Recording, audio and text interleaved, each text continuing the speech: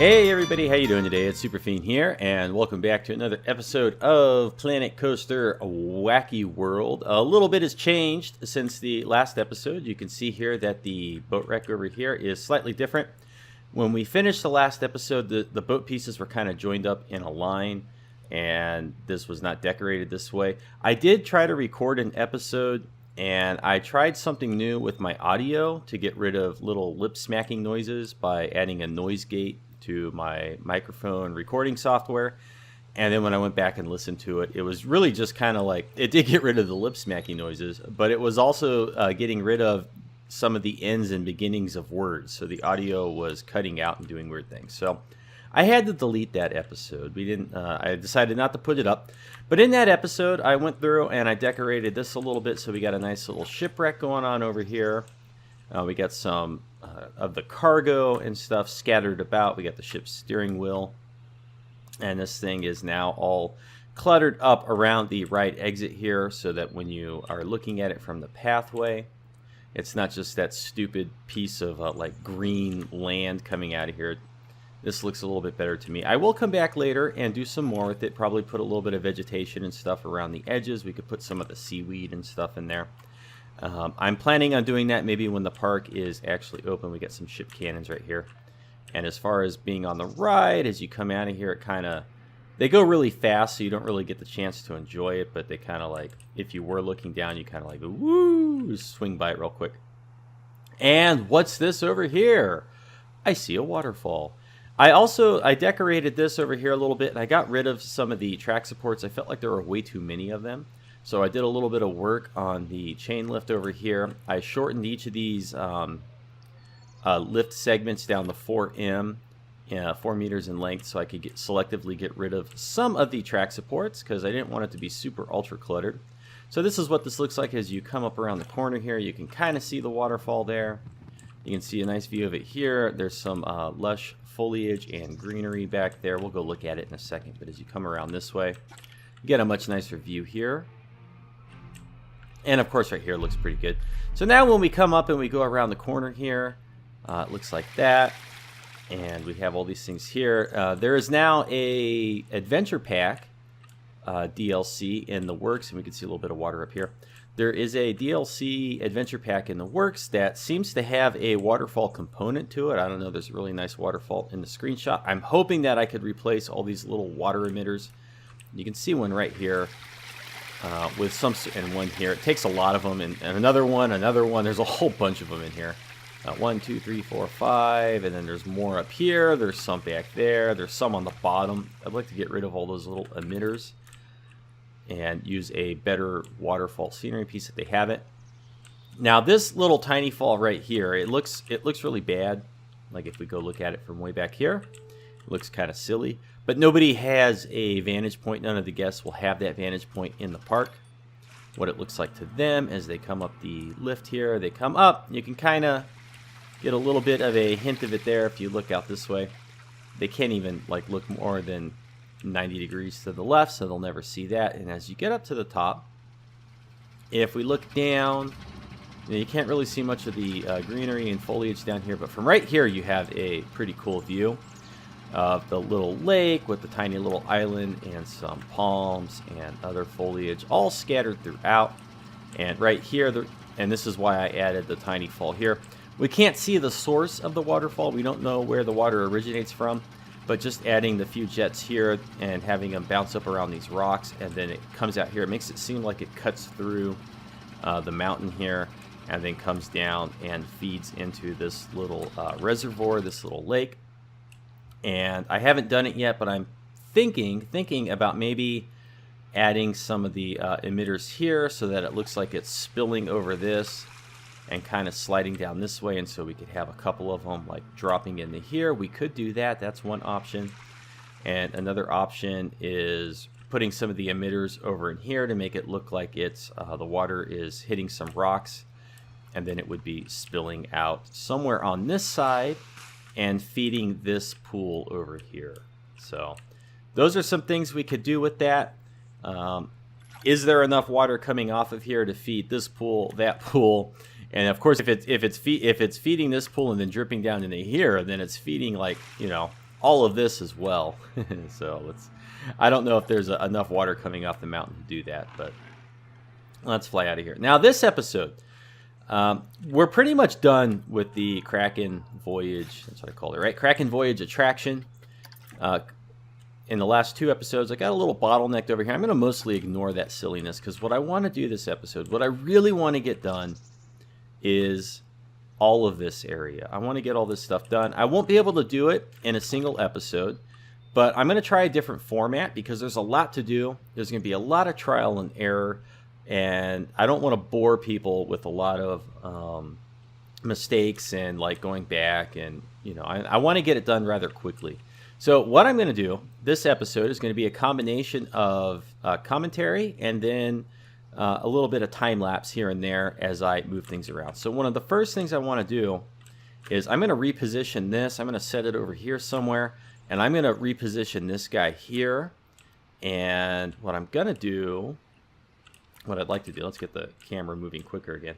What I'd like to do is kind of move it more over here. And I want to open this whole thing up as much as possible and have water kind of coming in here. And then I want to build kind of a underwater, like I want to cut away the wall here. And I want to have like a little dock system underneath here with some doors and things that makes it seem like they come, you know, like they came in here with rowboats and things, and then they docked and unloaded supplies and they walked up.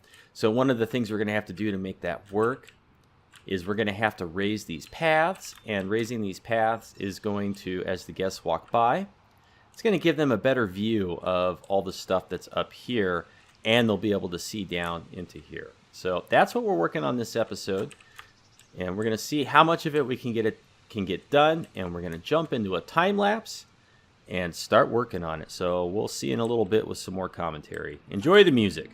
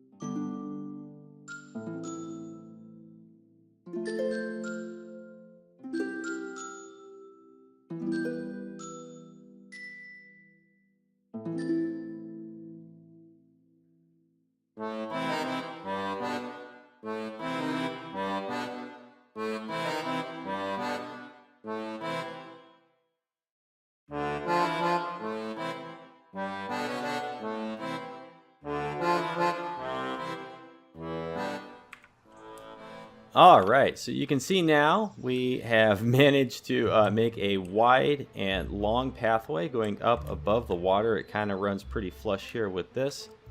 Overall, I think I'm pretty happy with it. It's not the world's greatest creation, but you know it'll work here. And we may go ahead and put some like little supports and arches and things underneath here. I don't know. We'll see about that later. We've relocated the Stockades, the Hellion ring. We've relocated it over here. And one thing I may do later, which could be kind of fun, is if we cut away some of the terrain here, we can build some foliage in the brush and stuff.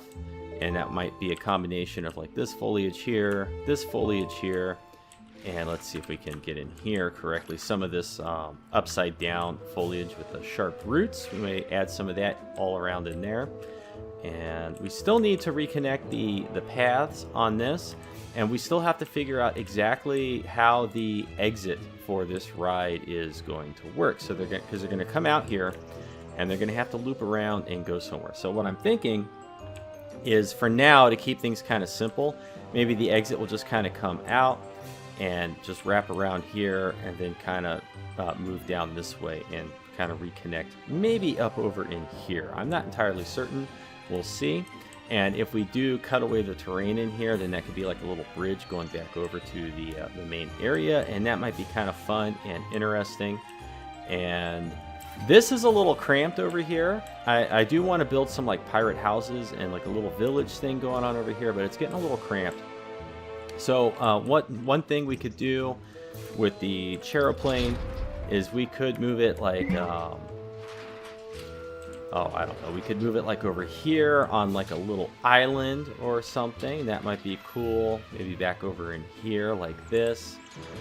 Or I do kind of want to keep it on this side so that we have a nice balance of rides and ride entrances. Because we have a ride entrance here. We'll have another entrance here. We got a ride here, here, and here. And then we have a ride right here. There's a lot of rides in here. And so we really need kind of like another attraction or something along here to kind of pull the guests along this pathway. And, well, to be honest, the Charoplane's not really the greatest ride for that in the first place. So maybe we won't use a Charoplane. I don't know. I think I still want to use the Charoplane. We could build a little tiny coaster in there. I'm not sure exactly which one we would use. Let's take a look at the coasters really quick. Something that would be very small and compact and very twisty. I'm thinking kind of like the old flashback ride that was at Six Flags Magic Mountain when I was a young lad. And that was a very small, very compact ride. We could maybe put like a little compact roller coaster in here. I'm not sure. For now, I'm still thinking it's going to be Charoplane. And what I'd like to do is I'd like to kind of build it as if it's a stone temple. But when this thing runs, it raises up in the air quite a bit. Let's watch it. How high up does it go? And how far out do they spin around and stuff? Let's speed it up. So we'd have to have something. Oh, and then it tilts and stuff. So, you know, I don't know if it would work to build some sort of like stone structure or anything on this. I don't know. We'll see. But I'd like to do that. Let's shut that up.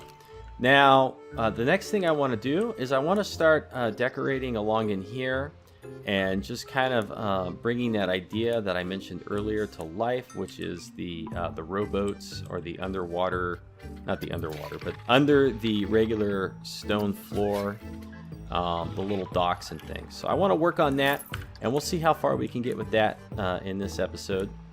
And then we'll, you know, on the next one when we come back, maybe we'll do something along here. I think I like this. It might work better. It might work better if the paths were a little bit further away from the wall. Leave a comment. Let me know what you think. I'm kind of okay with it the way it is right now. But now let's fly under here, and let's do some construction, and we'll see you in a little bit.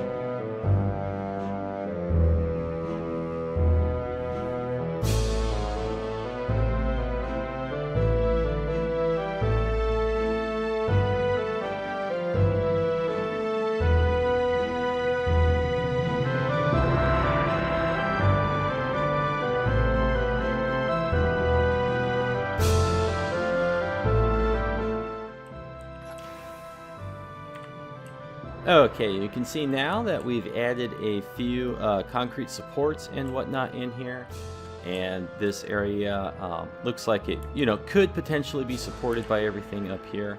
I think I want to make the ceiling come down a little bit lower.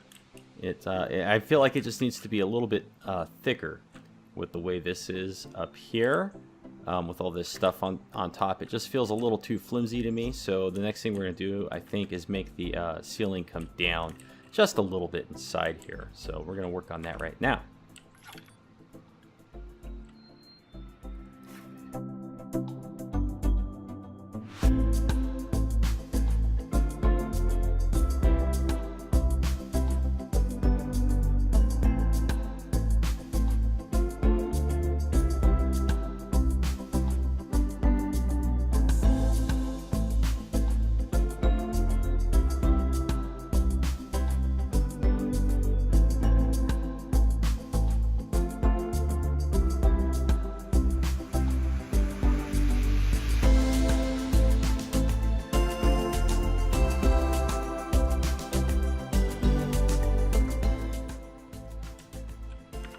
And now that we've made those pieces, or brought the roof down a little bit, we need some extra supports coming through on the water, and we need some piers that the rowboats or other things would have docked up against. So we're going to be adding those now, and I'm going to try to do some sort of stonework or something in here that comes up out of the water, and then we can connect in between here with wood beams and supports, and that might be a convincing enough effect to make it look like all this stuff up top can be supported by what's down below. We'll see in a moment.